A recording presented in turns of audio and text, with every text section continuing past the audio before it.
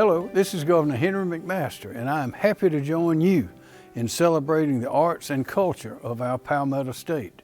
During this broadcast, we will recognize some of the contributions and achievements of our artists and advocates. Our natural beauty extends from the mountains to the sea. Our history is magnificent, our heritage priceless, all reflected vividly in our people's talent, character, tradition, and strength, and presented to our imaginations through their works. Let us always join in celebration. Welcome. I am David Platts, Executive Director of the South Carolina Arts Commission, and it is my pleasure to serve as host for this presentation of the 2026 South Carolina Arts Awards. For more than half a century, the South Carolina Arts Commission has worked to promote the arts and artists across the state and to expand access to the arts and foster creativity for all South Carolinians. Shortly, you will be introduced to our award recipients for 2026. Through their creative and innovative spirit and their hard work, they have impacted lives well beyond their own local communities and contributed immensely to helping make our state the remarkable place we are all proud to call home. On behalf of Governor Henry McMaster, the General Assembly, and the entire South Carolina Arts Commission, thank you for joining us for this special streaming presentation. In presenting this year's awards recipients, it is my privilege to recognize, congratulate, and thank some truly remarkable people and organizations, artists and arts advocates, whose dedication, hard work, and achievements enrich the lives of so many across our state. The traditional arts embody forms of creativity that are deeply rooted in our culture and our history. One generation of artists passes them down to the next, nurturing and fostering a sense of identity, community, and continuity over the decades, centuries, and sometimes even millennia. It is an honor for the South Carolina Arts Commission to have a role in both promoting and preserving these traditional art forms. The Jean Laney Harris Folk Heritage Awards are one way that we do just that. They are the state's highest awards for practitioners and advocates of traditional arts. This year, we welcomed the University of South Carolina at Lancaster as a partner for the Folk Heritage Awards.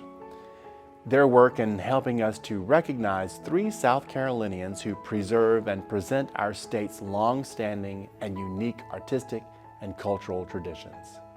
For a decade plus, Tammy Leach has served as the cultural preservationist for the Wassama tribe of Varntown Indians.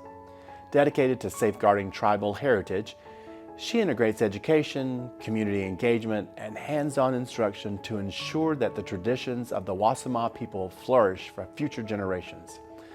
A 2005 apprenticeship with Dr. William Goins deepened her mastery of the craft and the profound cultural meanings embedded within it. Since then, she has become a vital educator, sharing beadwork and tribal history with students and community members across the state as a frequent lecturer and demonstration artist. Through all of these, Tammy fosters a deeper appreciation for Lowcountry Native heritage, ensuring the Wassama tribe's vibrant legacy remaining a living practice.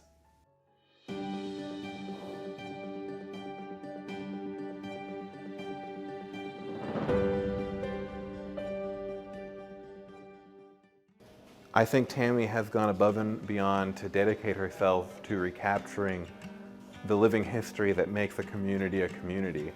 So I actually first started working in the cultural field with Tammy. I was actually 5.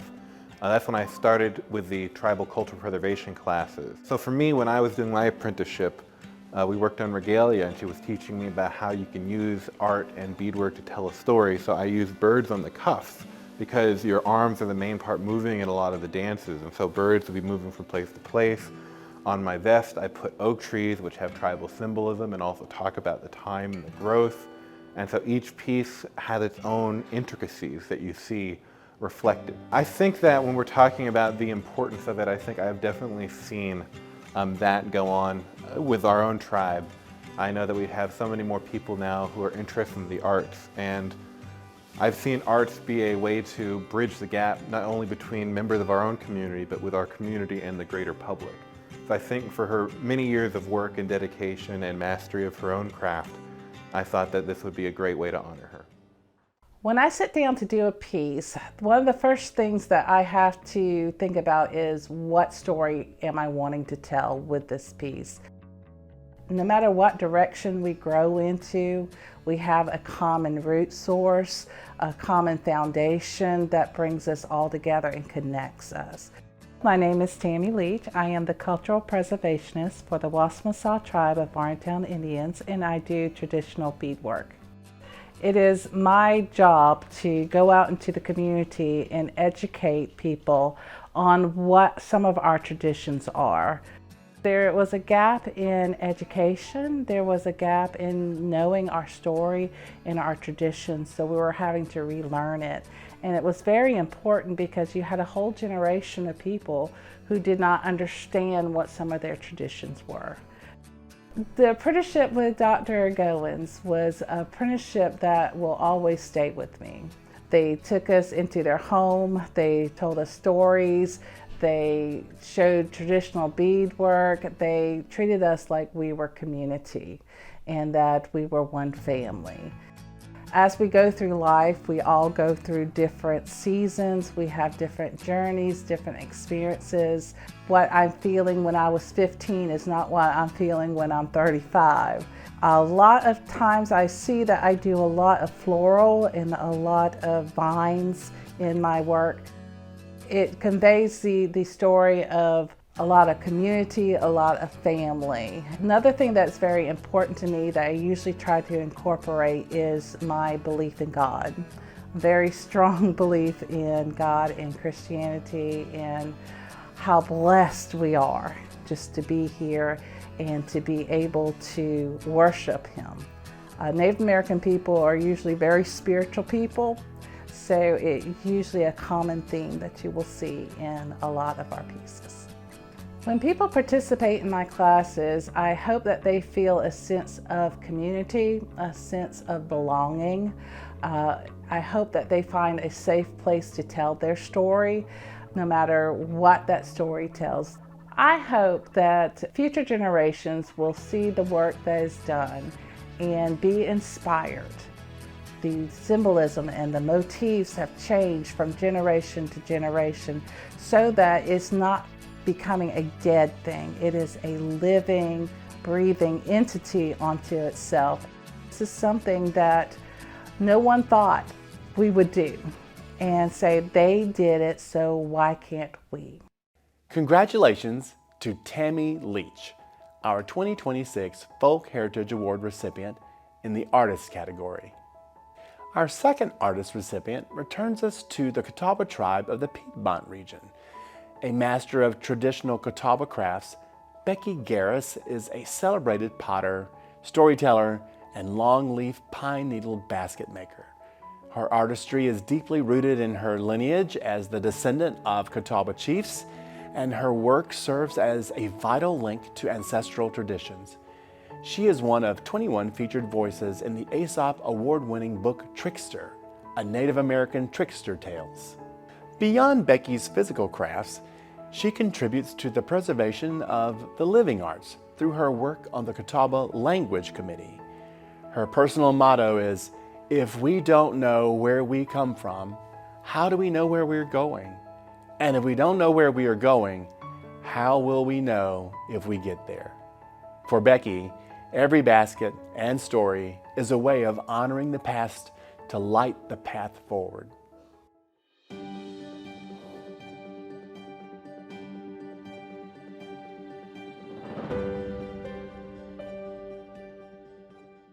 Beckee and I go way back. I'm not real good on exact timelines, but I do believe she came on board of our Cultural Center board in about 1993.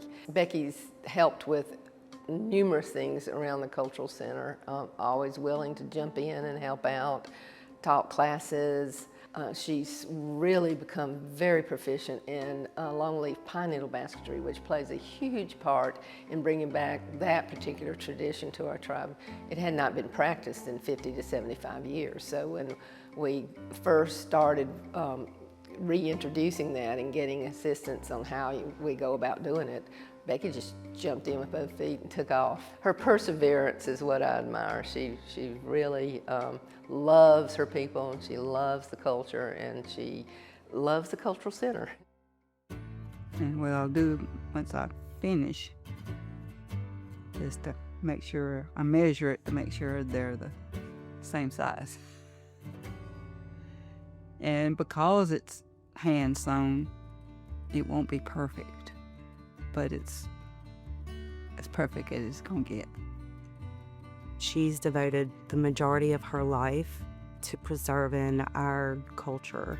She is a vital voice in our community, and the encouragement that she brings with her is what our community needs. The clay calls me. That's the only way I can place it, because I can't just go pick up the clay and decide I'm going to make something, because it never works out. So, like I say, the clay has to let me know that it wants to be turned into something other than a ball of clay. And like, I don't know what I'm going to make even when I pick it up. I left when I married, and then when I divorced and I moved back to the reservation, that's when it really awakened into me who I am. Is that why you came back here? Because you feel like you can make the biggest difference? Yeah. She taught me almost everything that I learned about us and where we came from, and of course the history of our family and all the ties, but she was the one that got me back involved in with my tribe. We can trace the pottery tradition back anywhere from 6,000 to 12,000 years. And that whole time, it's whoever's making it, the styles may change, but the process will never change. We still do not use a potter's wheel nor a kiln to make a pottery. We dig our own clay from specific spots, and the spot that we go to now, we know orally we've been going to that same spot for 500 years. And so, like I say, whenever my hands are in it, I also feel my ancestors. Any of our community, our tribal people, she tries to persuade them to embrace all of our history, all of our culture, just to preserve all of that and keep it going in the traditional ways, the ways that our ancestors did. I teach the youth how to make pottery. I also tell them the history, and then teach them the stories, because without our stories, we have to continue our stories to continue to still be who we are, because we've been so indoctrinated in what we consider the European style of thinking that we forget how to think in native. She tries to do the building with different communities. She goes out and she brings people in, and she makes them excited to want to learn the heritage, our culture, any of that. It can't stop with me. I can't be the person that lets this die. So you have to keep passing it on. And most Native people think in 7 generations ahead. It's something that's in you. It's in all of us. It's just a matter of whether you decide to embrace it or not. Beckee Garris, another artist recipient of the 2026 Folk Heritage Awards. Congratulations, Beckee. The final Folk Heritage Award recipient of 2026 is being recognized in the Advocacy category. Laurel Horton is an internationally recognized folklorist and quilt researcher. Her work has shaped the modern understanding of American textile traditions. The Kentucky native holds degrees in English and library science from the University of Kentucky and a master's in folklore from the University of North Carolina, Chapel Hill. Her 1979 thesis on regional quilt variations remains a foundational study in that field.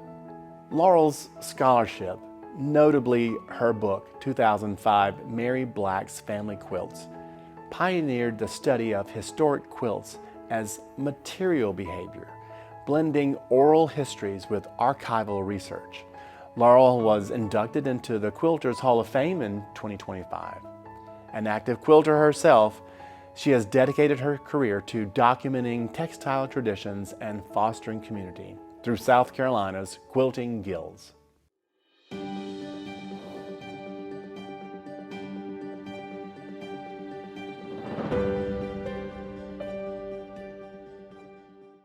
In the 90s, late 90s, starting 95, 96, I started working as a folklorist at the Hiddenite Center in Alexander County, North Carolina, and Laurel came there. I saw her there. She was the coordinator for a project with the Brushy Mountain Quilters Guild to help document the quilts that people had in Alexander County. And Laurel knows how to identify the different materials, the different times that the fabrics were around, the time of quilting techniques. Absolutely brilliant at that. It's a home craft, so it's not, unless somebody goes out and actually talks to somebody and gets their stories behind it, there's no way to have the stories behind all of this domestic artwork. And so the fact that she makes quilts, she teaches quilting, she documents quilts,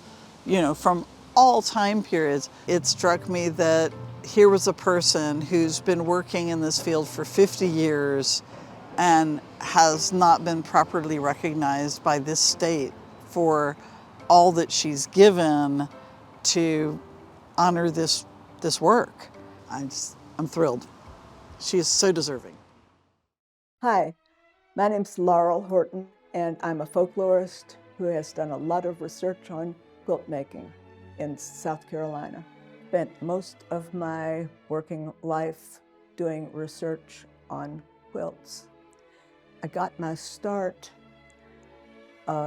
pretty much at McKissick Museum. I was hired to direct one of the earliest quilt documentation projects in the country back in 1983, 83 through 85.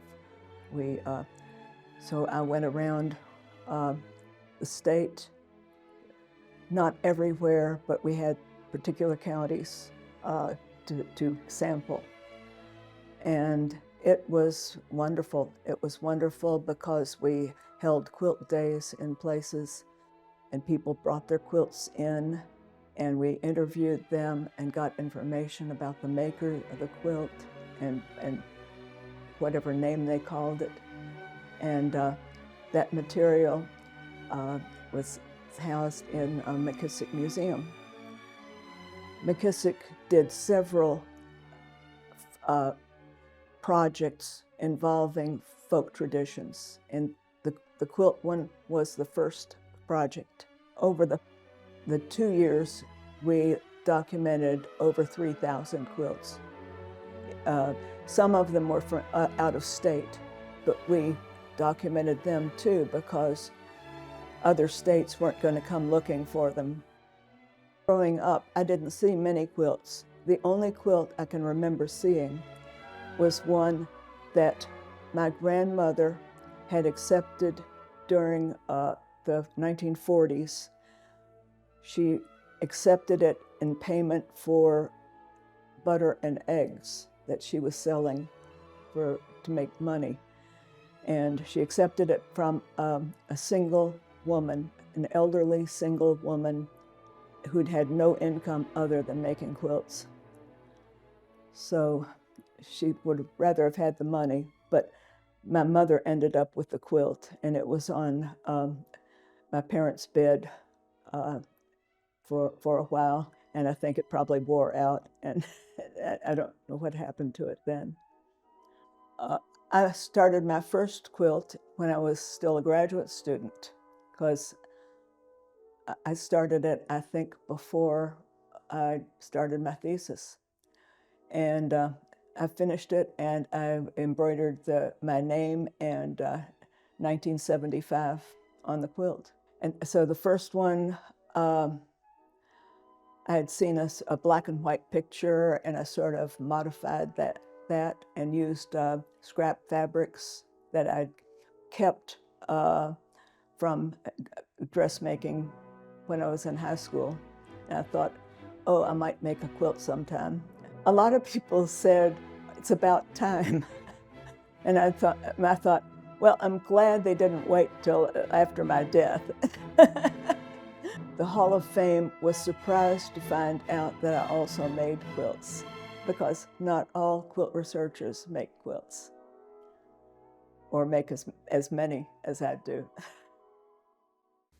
Congratulations to Laurel Horton for being recognized with a Folk Heritage Award for Quilting Advocacy.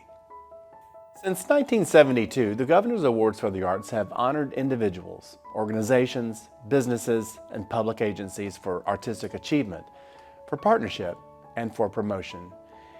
As they are every year, this year's recipients are unique, being recognized for their talents, dedication, and accomplishments. Tonight, you will be able to say, you witnessed history. I had the privilege of introducing the first Governor's Awards in a new category, accessibility. Making the arts available to everyone is a key goal of the South Carolina Arts Commission. And to underscore the priority that it is, we added a new category for the Governor's Awards for the Arts. It is open to in-state organizations that receive Arts Commission operating support funding. And now, last year, fiscal year 25, there were 200 of those.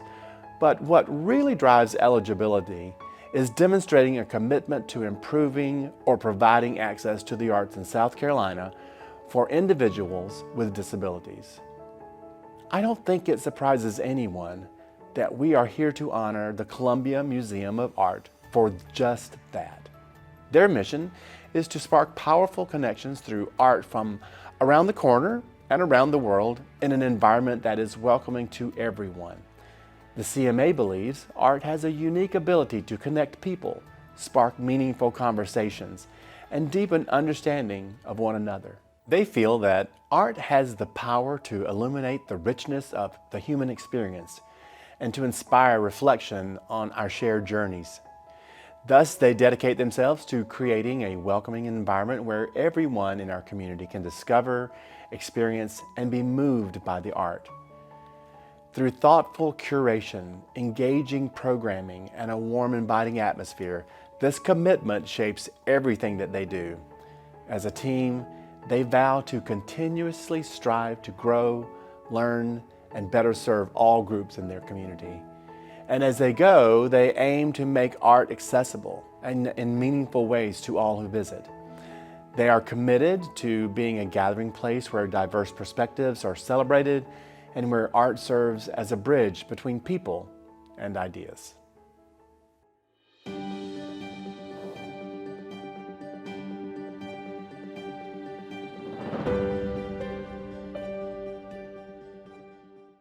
Hi, I'm Ann Humphreys, and I've been coming to the CMA for decades, but as a blind person, I've been coming since January of 2020. For a while, I didn't go to museums because I didn't have the courage to ask for a guided tour or an accessible tour, and it was early in the process. But I finally talked myself into it and had a little talk with myself and said, Anne, you have as much a right to see these things, experience these things as everybody else. So I called the museum, and this was Wednesday before the exhibition closed on Saturday. See, I had waited to the last minute because I thought I would miss what I couldn't see because I used to be able to see. Instead, I got a call back from the curator who said, I'll be your tactile, I'll be your audible. And he met me on Saturday at 10 a.m. and we took off and went to all 13 of the original Van Goghs with his describing the height and width of them, of the paintings, what they were, what colors there were.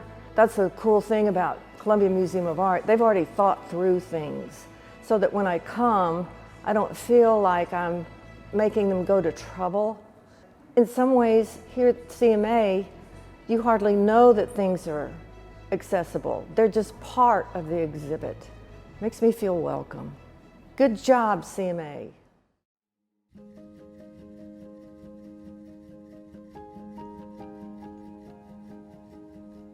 One of the biggest journeys we've been on in the last 15 years is really thinking about the audiences that are not at the museum. We've learned from our partners at AbleSC that 1 in 3 South Carolinians have some type of physical or cognitive disability.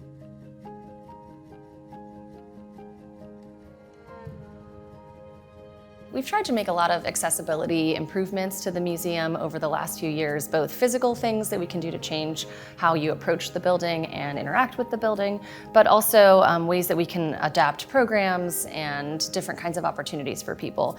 We have things like raised maps that we use on these multisensory and touch tours, tactile pieces that are modeled after works that are in particular exhibitions. We also use things like 3D models of pieces in our collection, so you can see examples like this horse and rider, which is one of our Chinese objects. What is so cool about the Columbia Museum of Art is that they're already prepared. The Director of Education made a 3D image of a Chinese soldier on a horse that dates back 2,000 plus years. And it was a miniature, so I could feel it. Another cool thing that surprised me that they've done is use sound. And that is, for example, play period music, sounds of waves in the ocean when we were in front of an oceanscape. And also she used fragrances. It also continues with the push button in the ramps. There's a welcoming feeling at the front desk. There's not this sort of panic, oh, you're different. What Columbia does so well is welcoming. There can be some anxiety in other organizations, like, oh my gosh, what are we going to do? But Glenna and her team and the whole museum accessibility team have really put forethought into it, and it shows. We have scan reader pens that translate text into, I think, 157 languages or something like that. And they connect to Bluetooth headphones, so folks can borrow those as well. Accessibility is so important to arts education. We really see art as an entry point for people. Art is such a great way to talk about big ideas. In so many ways, it kind of levels the playing field. We don't want accessibility to just be an afterthought. We want everyone to feel welcome and comfortable exploring our spaces. We just really think it's important to recognize that 1/3 of South Carolinians deserve access to this museum, and that we should be breaking down barriers so that they can enjoy the arts. Congratulations and well done to the Columbia Museum of Art, winner of the 2026 Governor's Arts Award in the accessibility category. Arts learning is, of course, another critical piece of the work accomplished by the South Carolina Arts Commission. Our involvement in that space gives us the privilege of knowing many effective partners. Our recipient in the Arts and Education organizational category is certainly one. ArtsNOW is a nationally recognized nonprofit leader dedicated to transforming K-12 education through the power of arts integration. By weaving visual arts, music, dance, digital arts, and theater into core academic subjects, ArtsNOW provides a creative framework that boosts student engagement and teacher effectiveness. Since its inception, the organization has reshaped the educational landscape, reaching over 448,000 students and equipping thousands of educators with the tools to foster critical 21st century skills. In South Carolina, ArtsNOW serves as a vital professional learning partner, specifically addressing pandemic-related learning loss through the Arts Grow SC initiative. By providing customized professional development, digital coaching, and an extensive library of integrated lesson plans, ArtsNOW ensures that the arts are not merely an elective, but a fundamental catalyst for student achievement.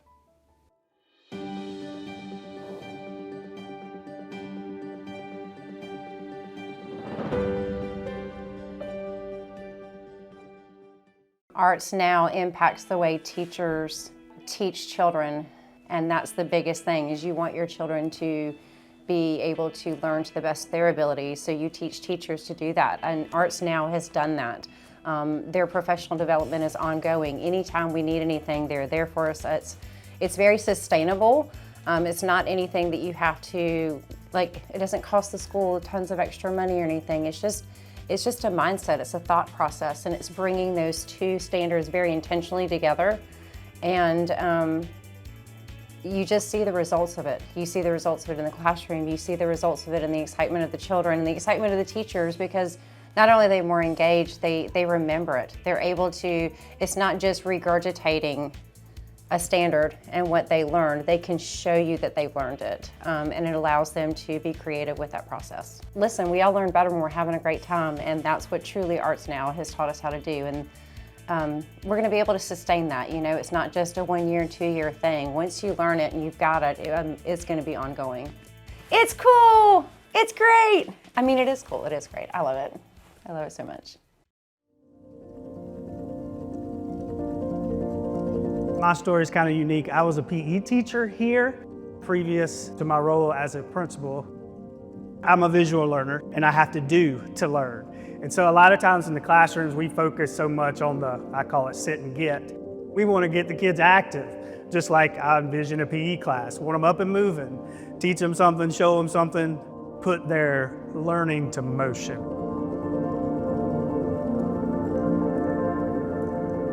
The traditional format of just sitting down and doing a worksheet is not productive for students. They need those critical thinking skills to be able to solve problems, to interact with others, to be able to collaborate. Post-COVID, ArtsNOW came to us, and I think it was a revitalization for our teachers and our staff. It almost sounded too good to be true. So we are a nationally recognized education nonprofit, and we provide professional learning opportunities to teachers, helping them learn how to integrate strategies for different art forms into their content standards. If we think about life in general, when we're out and about, we're always integrating knowledge to kind of get to results and conclusions. We use the arts, music, dance, visual arts, and theater as the avenue, as the vehicle to help students in social studies and literacy and math. Giving them ways to be actively engaged in meaningful learning is so powerful. So today we had an opportunity to visit a first grade and a third grade classroom, and both of those teachers have been working with us in this partnership over the last 4 years. In the first grade classroom, we saw students bringing their writing to life through music. They worked collaboratively in small groups to write about what makes a good friend, and then they took that writing and put it to music with their instruments, helping them to keep a steady beat. And we know that students are able to keep a steady beat. It helps them read more fluently, and fluent reading leads to stronger reading comprehension. In third grade, we saw an opportunity for students to bring fossils from science to life. So they worked in small groups collaboratively to look at photos and images of different kinds of fossils, and they were able to make inferences about those fossils from what they saw, and then they brought it to life through acting. They used improvisation to act and interact with each other to bring those fossils to life. As a principal, as a mother, I see the efficacy of what we do in the classrooms every day for our kids, for our teachers, and we would hate to lose any of that. There's a lot of state mandates, there's a lot of district mandates, and sometimes they don't see how ArtsNOW can fit with all of these mandates. It's very frustrating, and it makes me very sad because we know it works. I think the biggest thing that we saw today in the classroom and that we see in arts integration is learning to collaborate, and our students having opportunities to work with other people who are different from them, but seeing that we can work together to solve a problem or to reach a goal, I think is one of the most important things that we can offer to our kids. And what we're finding from our data is actually over 90% of teachers are saying that their students are more actively engaged and they find more joy in learning because of what they're doing with ArtsNOW. 8 out of 10 teachers who work with ArtsNOW say that implementing these strategies and bringing arts integration into their classroom makes them want to stay in teaching longer. I don't really know anything else that's got 8 out of 10 teachers saying that this helps them want to stay in the profession longer. The ArtsNOW team does a great job of working right alongside of us. It doesn't feel like a burden to the teachers. I think it hooks kids and keeps them engaged. And if we can keep them engaged, we can keep them in school. That's going to keep them coming every day. successful at this level and then beyond. We have a strong desire to see every single student have the opportunity to have a vibrant, engaging education that will help them be as successful as possible each and every day for their future and for ours. Congratulations to ArtsNOW, our 2026 Governor's Award winner in the Arts and Education Organization category. Staying in arts and education, we move to recognizing a recipient in the individual category. This year's is a powerhouse of wisdom, knowledge, and passion who has transformed a PD school district through arts learning. Dr. Richard O'Malley has served as superintendent of Florence One schools for the past 8 years. He is committed to ensuring that every student has access to the arts. Working with district staff, Florence One implemented robust music and art education across the district. Dr. O'Malley's leadership began earning the district local, state, and national recognition for innovations in technology, teaching and learning, and student achievement, and all starting with arts-rich education. He has spearheaded numerous million-dollar investments in the arts district-wide, providing new and innovative supplies, equipment, and facilities.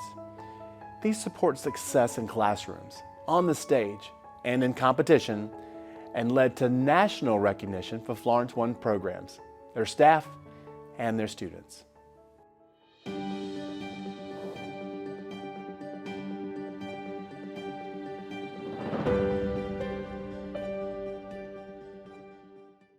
Well, right out of the gate, especially for the arts, the attention and the priority that he brought to the table has been significant. At that very first meeting that we had 7 years ago when he came, and I think I'll get this quote right, he said, "Great school districts have great arts programs." He himself is not an artist, but he clearly respects the value of all the arts as a central component of the curriculum.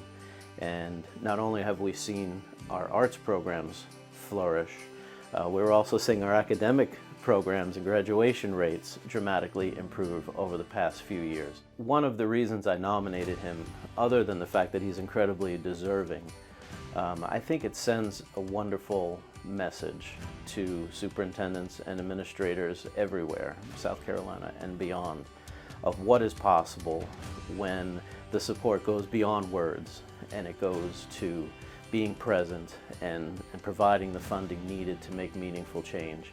If every school system had a superintendent like Dr. O'Malley, what the arts could accomplish everywhere would be really incredible. The arts are an integral part of any high-quality school district. It's not a luxury, it is part of the core of what makes a well-rounded education for all students. And that the arts play a critical part of giving kids access to opportunities.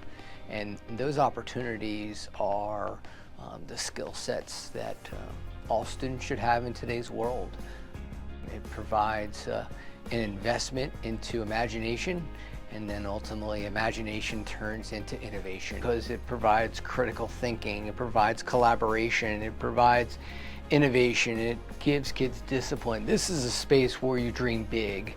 I don't think people understand what it looks like to look at students in the eye and see how you can really make a difference in their lives and change their trajectory for the better. Every day we show up for work because our kids expect us to do the best for them. We've got a really committed staff, administrators that have bought into that vision of being a first-class school district. And so my job is to support them and to remove those obstacles. I think one of the things that we have done well is provide those resources, but our staff has responded, our students have responded. We've won all types of awards, not just this award that I'm being recognized, but our students are winning. We have record numbers in all state. Our bands are winning state championships and competing at the highest level. So everyone has bought into we can compete and be a high achieving district at every level. You know, we're a school district of about 75% poverty. I don't want a parent to choose between whether their child can play the trumpet or whether they have to put food on the table. So we bought instruments. We spent hundreds of thousands of dollars because we wanted to take down any obstacle. That was part of our plan. What obstacles can we erase to give kids access to the arts? I think the arts give kids a voice. Academically, socially, emotionally, it just, in any way to express themselves, and whether it's through painting, whether it's through singing, or whether it's playing an instrument, it gives them a voice, it gives them an out. Without the arts, I think your school district shuts down that voice and doesn't give all students an opportunity. So everything we do here in Florence One, whether it's the arts or it's athletics or it's academics, our intention is to not only make our school district better, but make the community of Florence better. Dr. Richard O'Malley of Florence School District 1, the 2026 recipient in the Arts and Education Individual category. Congratulations. This year's Governor's Award for the Arts recipient in the Individual category was born to a Marine and a teacher in Beaufort. So of course, she found a way to combine those attributes in her professional life. Tiffany Reed Silverman has impacted thousands of lives in our state and well beyond. As the Citadel's Director of Fine Arts, Tiffany has revolutionized arts engagement within that community. After starting as an adjunct faculty in 2011, she was made the school's first permanent faculty member in the arts, then named its first Director of Fine Arts. She has been instrumental in launching the Moore Art Gallery and has curated multiple exhibitions, including one now on a national tour. Tiffany has championed high-profile public initiatives, including tributes to South Carolina's National Guard and the Emanuel 9 tragedy. From educating to serving on multiple local boards, Tiffany fosters transformative, cross-disciplinary cultural experiences at the intersection of the arts, the military, and the community.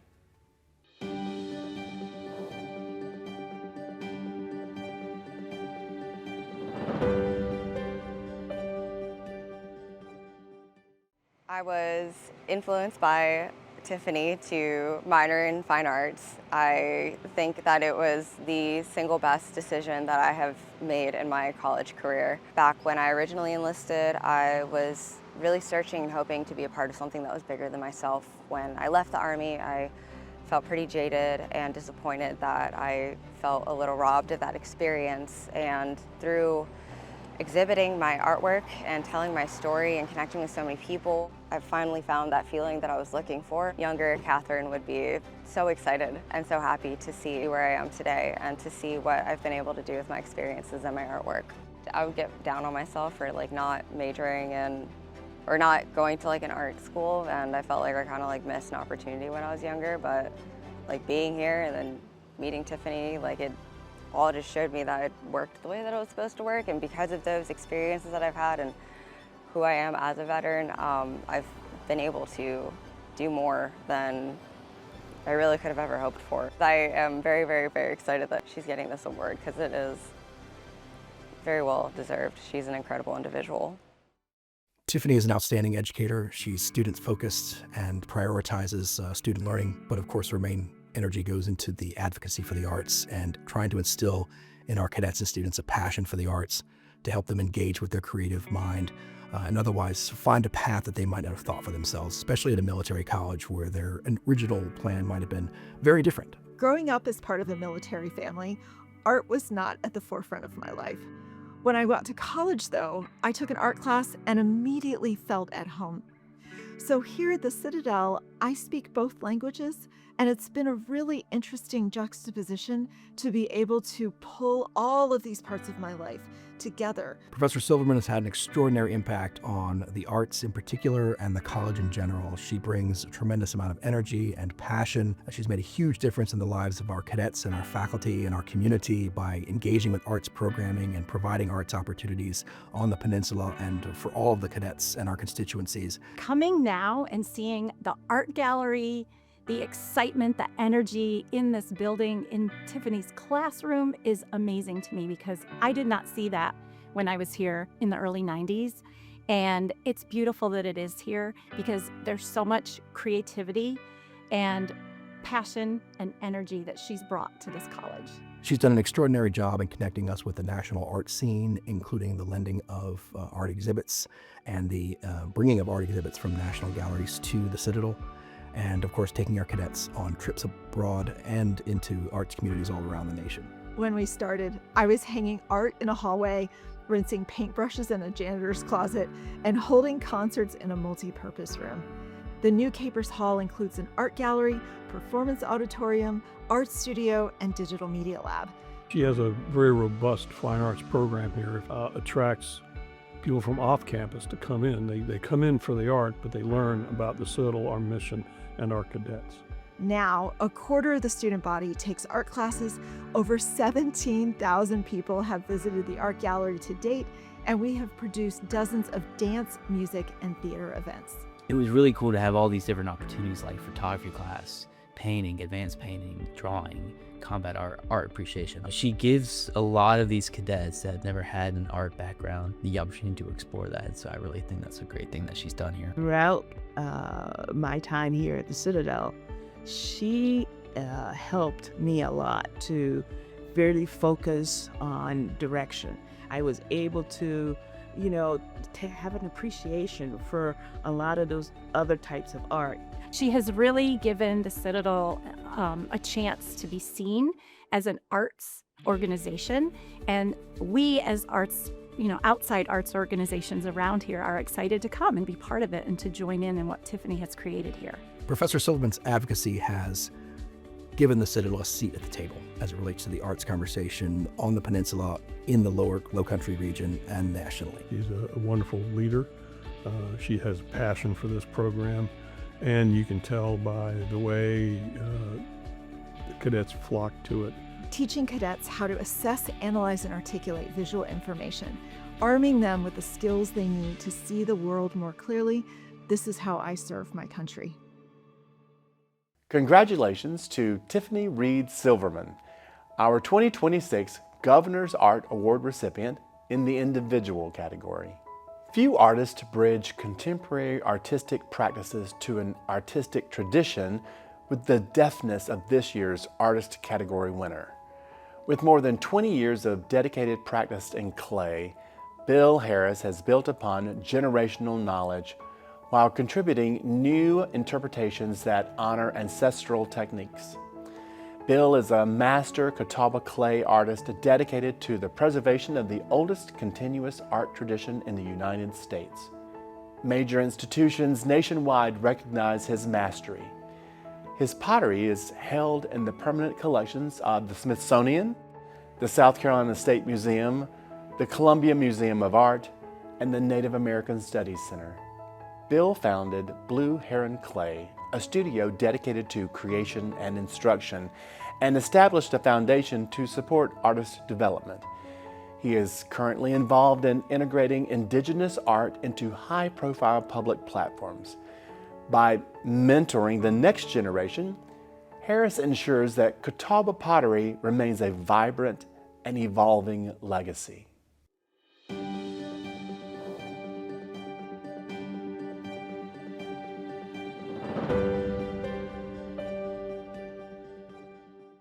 For Bill specifically, he's really pushing our art to the next level.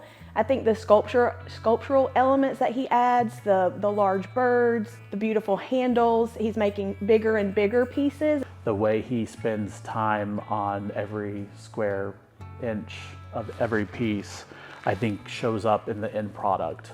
I mean, he's really setting an example for all of us to strive for. in the artistry that he brings. This is the original art form of South Carolina, right? This is the art form that was done first of all here. So it's really exciting that his art and the art form that he does, that he focuses on, is recognized on this level. So I think that's really important to recognize, and part of the reason why we wanted to nominate him and that we were so excited to find out that he was chosen is because it has its roots right here, and not every state, not every region has an art form that you can trace back thousands of years the way this is. So I think it's really both exciting for him and for all artists. Yeah, and all Catawbas, because as far as I'm aware, he's the only Catawba to win the Governor's Award, and probably even very small amount of even traditional artists throughout the state who have won this state level award. So it just is very great as a citizen of the Catawba Nation to see our art being recognized on this level and to see Bill being recognized on this level.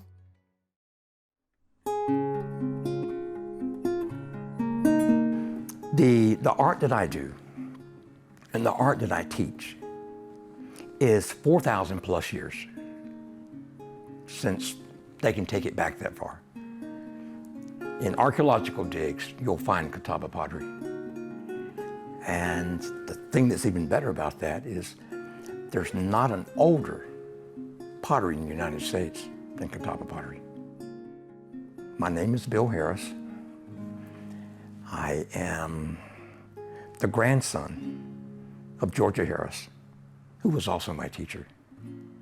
Now, my grandmother told me, she said, the day will come when you'll want me to teach you. When I hit probably in my early 20s, I went to her and I said, Grandmother, it's time. And her response was, okay, but it comes with a stipulation. What it comes with, Bill, and I want you to think about this, is if I teach you, you have to become a teacher. My grandmother, I worked with her for a little over about a year and a half. And then I didn't do anything with that knowledge until I was in my early to mid 40s. And then I went back to clay. And what it does, it flattens that evenly, so long as you're pressing down evenly. Right. So you don't have, and it's not about going fast, it's just all about even pressure.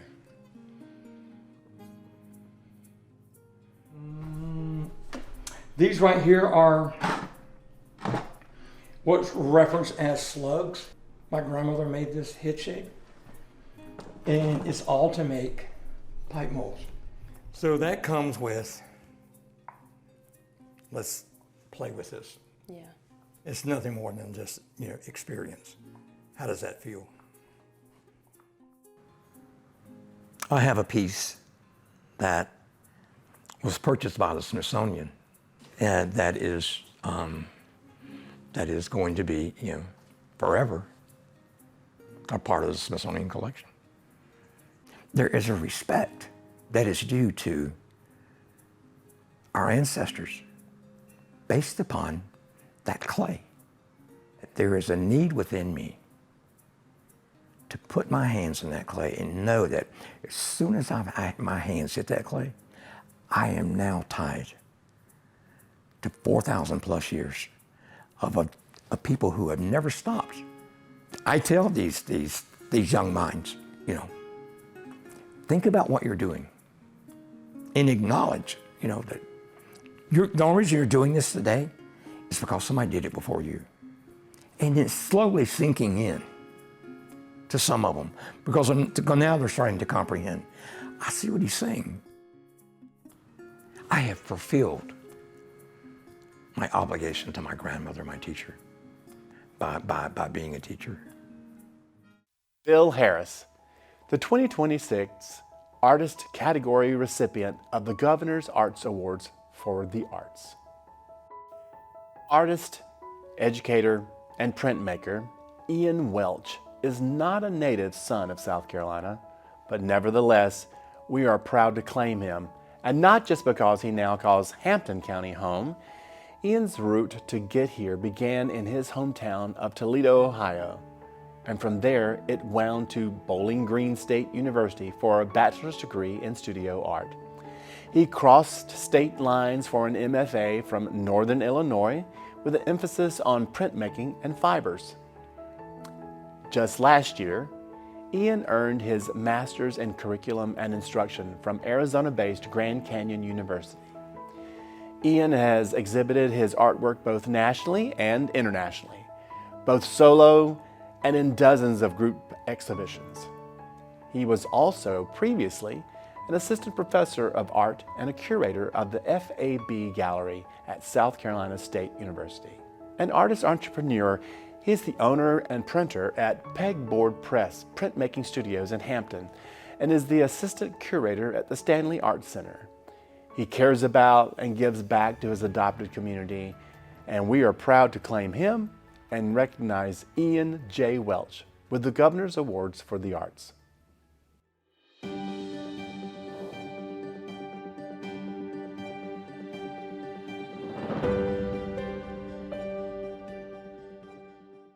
He gives 100% to whatever he does.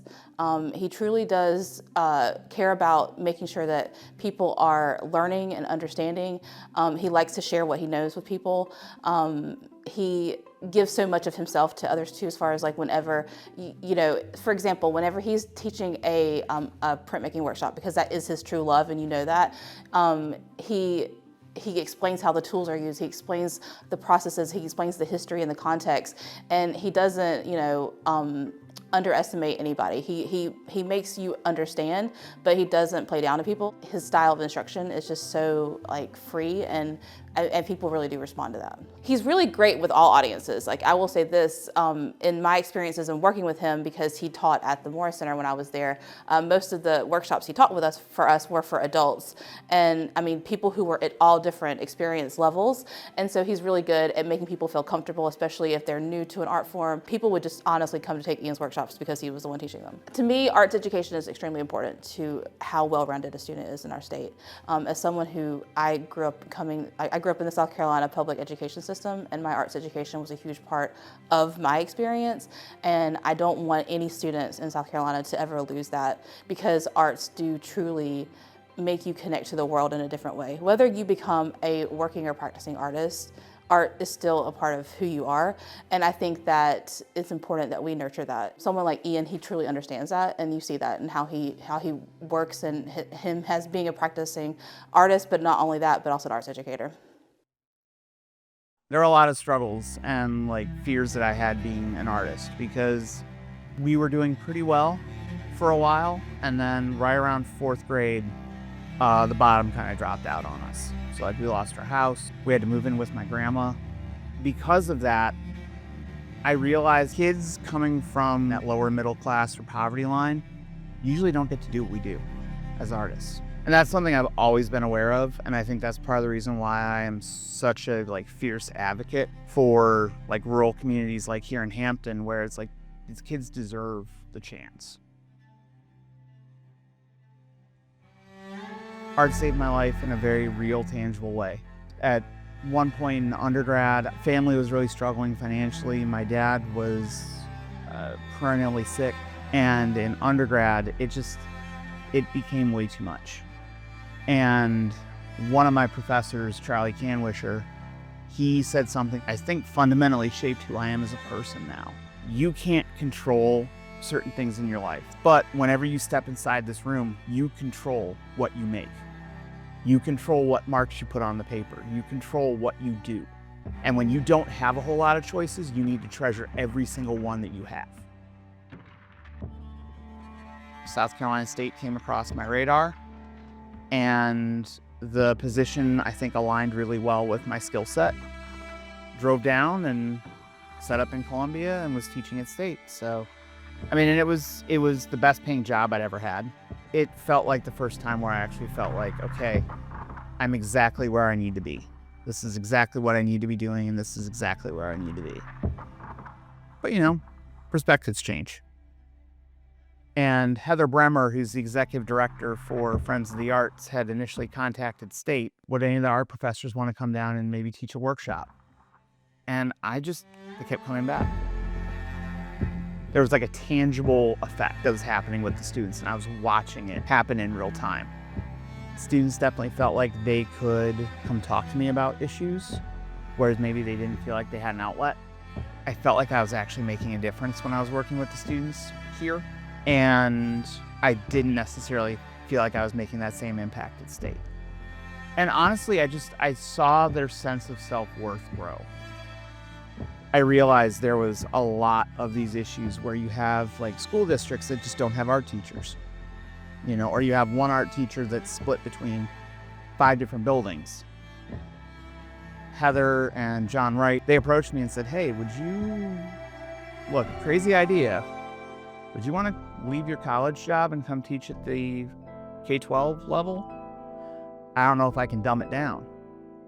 And Mr. Wright was like, they need somebody like you to not dumb it down. I looked at some of our students who have gone through our programs, who are now majoring in art, in college, which is amazing. I'm really proud of the kids we work with. They're willing to push themselves. I realize it is that kind of like you're burning yourself for a sunrise you're never going to see. And especially being someone who's fighting a life-threatening illness right now, that's something really tangible. I don't know how long I've got. And that's a real thing. None of us do, but realizing that I have this illness and maybe not knowing how long I've got, it's just like, okay, so what can I do with the time I have? Ian Welch, our final 2026 Governor's Award for the Arts recipient, being recognized with a special award. Congratulations, Ian. It was an honor to host this wonderful presentation one final time before my retirement this coming summer. Thank you for celebrating these recipients and others with me throughout the years. Here is one final congratulations to Bill Harris, Tiffany Silverman, Dr. Richard O'Malley, ArtsNOW, the Columbia Museum of Art, and Ian Welch, the 2026 recipients of the South Carolina Governor's Awards for the Arts, and to Tammy Leach, Beckee Garris, and Laurel Horton, the Jean Laney Harris Folk Heritage Awards recipients.